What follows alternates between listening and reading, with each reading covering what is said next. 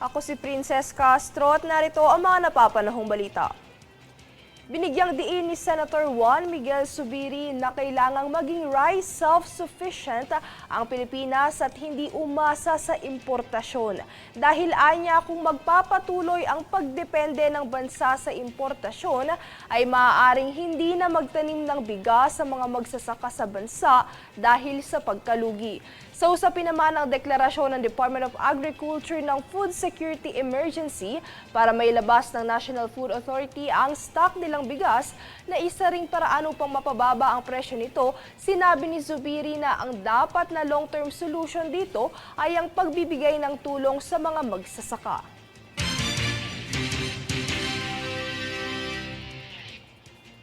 Sa ibang usapin, nagbabala si Senator Raffy Tulfo sa posibleng paghak sa mga mobile phone sa pamamagitan ng pag-connect sa pampublikong Wi-Fi networks gaya ng mall at restaurant.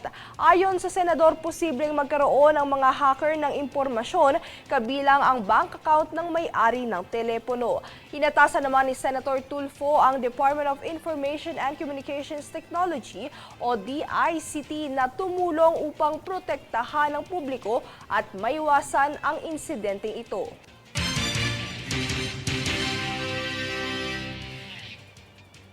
Sa kabilang banda, tiniyak ng Department of Agriculture o DA na maaaring bumalik ang sapat na supply ng baboy sa bansa sa loob ng 2 hanggang 3 linggo kasunod ng pagtaas ng presyo nito sa Metro Manila. Ayon kay DA Secretary Francisco Chu Laurel Jr., walang kakulangan sa supply ngunit patuloy pa rin ang epekto ng African Swine Fever o ASF na nagbawas ng populasyon ng baboy mula 14 to 15 milyon patungo sa 7 milyon.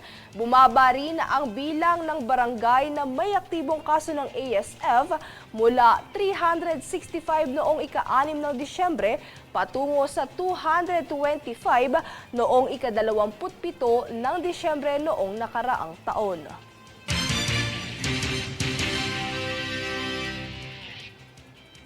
Kami ang boses ng pagbabago. Ako si Princess Castro at ito ang News Force.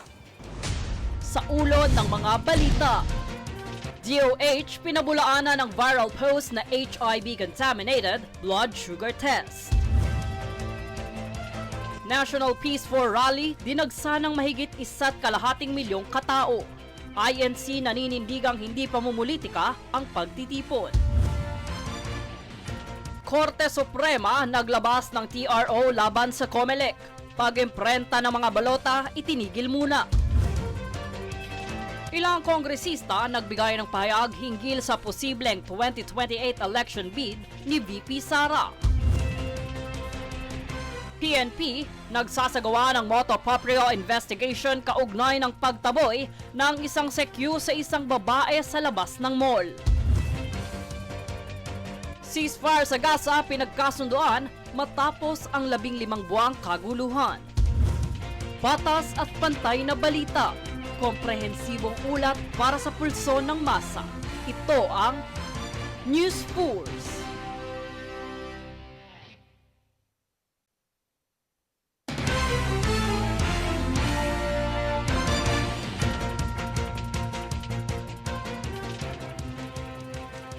Ako si Princess Castro at narito ang mga napapanahong balita. Alinsunod sa pagkakatuklas ng mga peking birth registration ng mga dayuhang sangkot sa mga kriminal na aktibidad, gaya ni Bamban Tarlac Dismiss Mayor Alice Guo, inihain kamakailan ni Senator Sherwin Gatchalian ang Senate Bill 2914.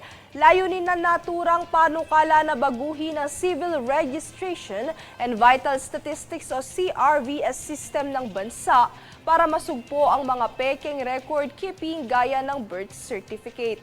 Sa ilalim din nito ay tutulungan ang mga aplikante sa mga kinakailangang hakbang, gayon din ang pagkuha ng pahayag mula sa isang midwife o hilot na dumalo sa kanilang kapanganakan.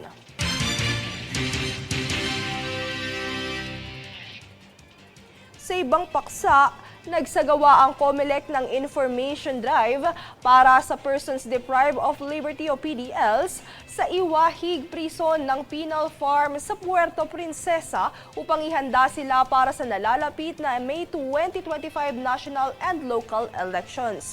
Bahagi ng aktibidad ang pagpapakita ng paggamit ng automated counting machines upang gawing pamilyar ang mga kwalipikadong PDL sa proseso ng pagboto. Sa tulong ng Bucor at ng pamunuan ng IPPF, layunin ng programang ito na gawing mas moderno at mas accessible ang eleksyon para sa lahat.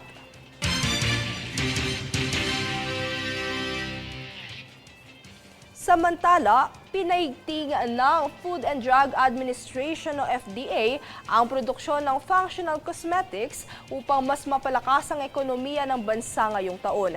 Ang functional cosmetics ay pinagsamang aesthetic enhancement at benepisyo na tugunan ng mga partikular na skin concerns. Nakapaglunsad na noong nakaraang taon ng FDA ng inisyatiba upang lumikha ng bagong regulasyon ng functional cosmetics na layon suportahan ang parehong lokal at international na industriya ng cosmetics.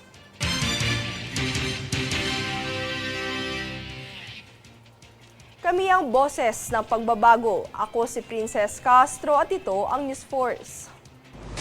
Sa ulo ng mga balita, DOH pinabulaanan ng viral post na HIV-contaminated blood sugar test. National Peace for Rally dinagsa ng mahigit 1.2 milyong katao. INC naninindigang hindi pamumulitika ang pagtitipon. Korte Suprema naglabas ng TRO laban sa COMELEC. Pag-imprenta ng mga balota, itinigil muna. Ilang kongresista nagbigay ng pahayag hinggil sa posibleng 2028 election bid ni VP Sara. PNP nagsasagawa ng motu proprio investigation kaugnay ng pagtaboy ng isang sekyu sa isang babae sa labas ng mall. Ceasefire sa Gaza pinagkasunduan matapos ang 15 buwang kaguluhan. Patas at pantay na balita, komprehensibong ulat para sa pulso ng masa. Ito ang News Force.